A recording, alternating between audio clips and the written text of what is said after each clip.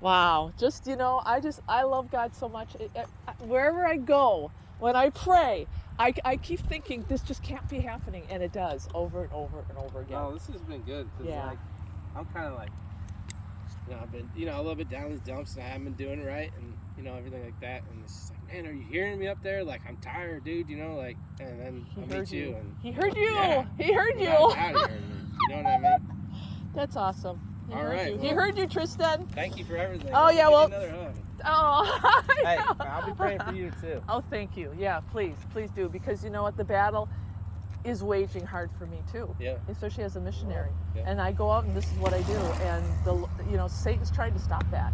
But you enjoy the Sunday. Enjoy I the will. sun, enjoy the trail. Well, I'm not going to feel guilty about it either now. All right, Tristan. Oh, God bless you, my brother. You take care. Oh, that is just crazy.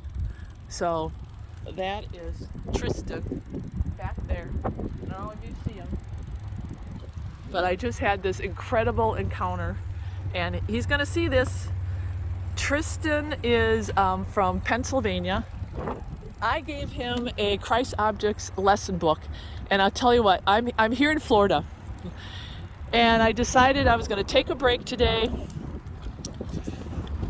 I decided I was going to take just a little break today and head down to the ocean and do some biking, and then there was a turtle right up there that this guy, Tristan, he was like trying to take a picture of it. So I stopped and oh, look at that turtle! It is so cool. It was like, and I said, what kind of turtle is that? He says, I don't know. I'm not from here. I'm from here too. I said, where are you from? And he says, well, I'm from Pennsylvania. And I said, what do you think this? What type of? And I said, maybe that's a snapper. He says, well, I think snappers live in the water. I said, no, I think they sometimes go in the dirt. So that's how the conversation started. And then I'm just telling you. Oh, I'm just shaking. It was so wild again because we started talking about his family and what he does, and then he said that he left wherever he was to go back to his family because he was on the road a lot, and he said God called me home, and he said, you know what, I stopped smoking and I'm back in church, and he says, and then I was just like, I'm a medical missionary.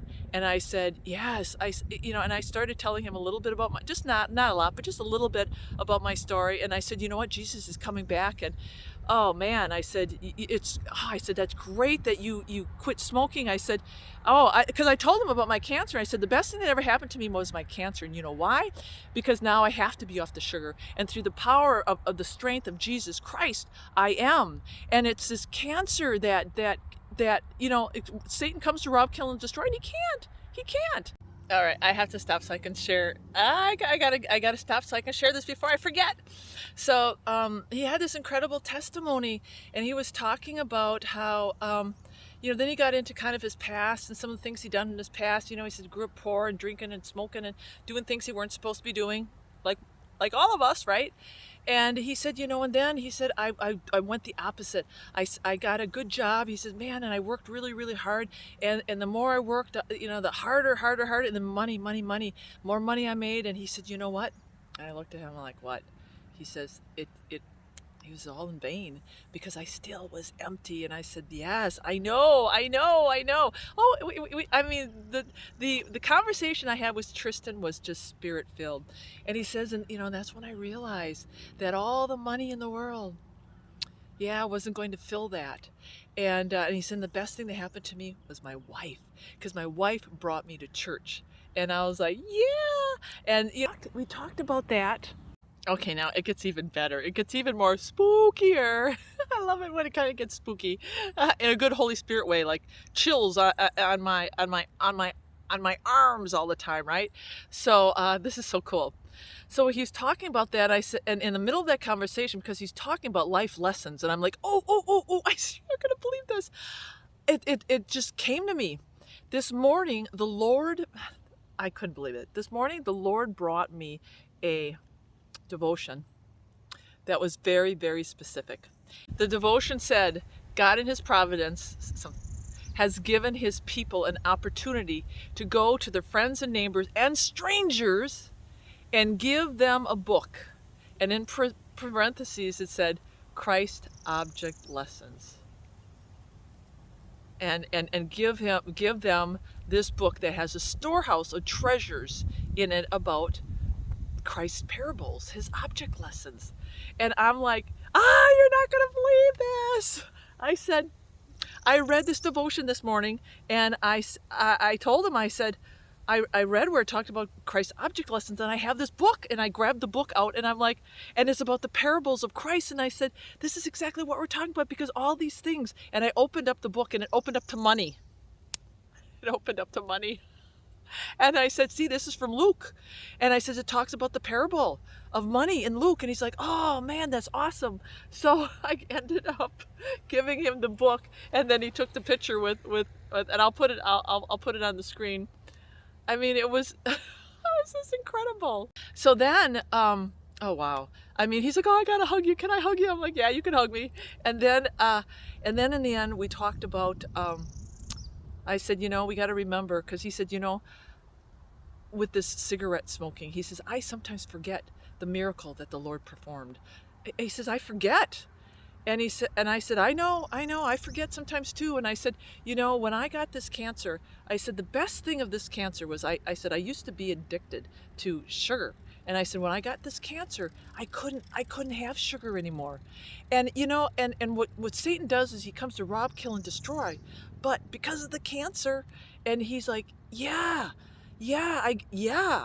He says, that's a blessing. And I said, yeah. And it's only through Christ's strength that I can fight these temptations. And he says, yeah, I should never forget. And he said, I needed a reminder. I said, well, you know what? Before I go out, I said, I have encounters like this all the time. And I said, you're the encounter. This was divine. I said, here was this turtle, and that God put that there.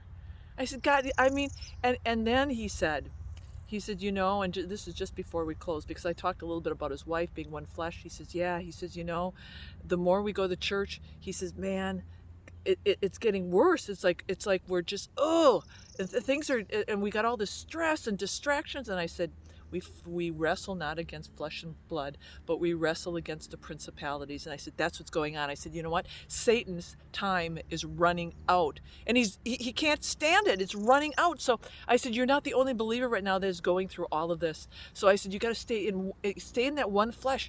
You gotta pray together, and you got to keep going to church together. He's like, yeah. He says, I know.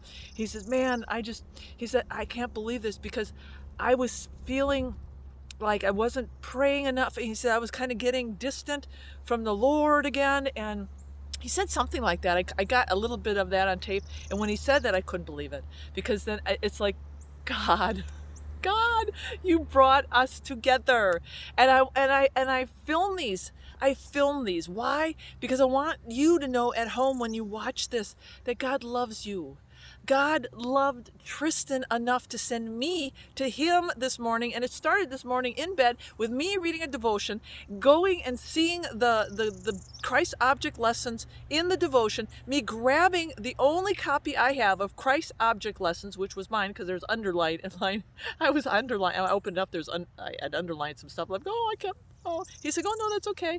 And then putting it in my backpack, purposely putting it in my backpack for this ride, not thinking I'd even meet anybody, that it would, and then here, God just orchestrated it. Somebody who needed it. I know people are gonna think I'm crazy, but I don't care. Oh man, I mean, look at where I'm at. And Tristan said, don't feel, because I said, I feel so guilty that I'm out here riding, and I have my friends who are all back where it's winter time, and and I'm working for the Lord, and I just feel like, oh, I'm not doing anything. And Tristan's like, no, don't feel guilty. That, you know what? I am working for the Lord. I'm working on the bike trail, and I get to bike and enjoy the Florida weather, and share with all of you. So, all right, another awesome encounter. I love God, and I just love God. All right, my friends, I gotta keep going so I can have another encounter. All right, God bless.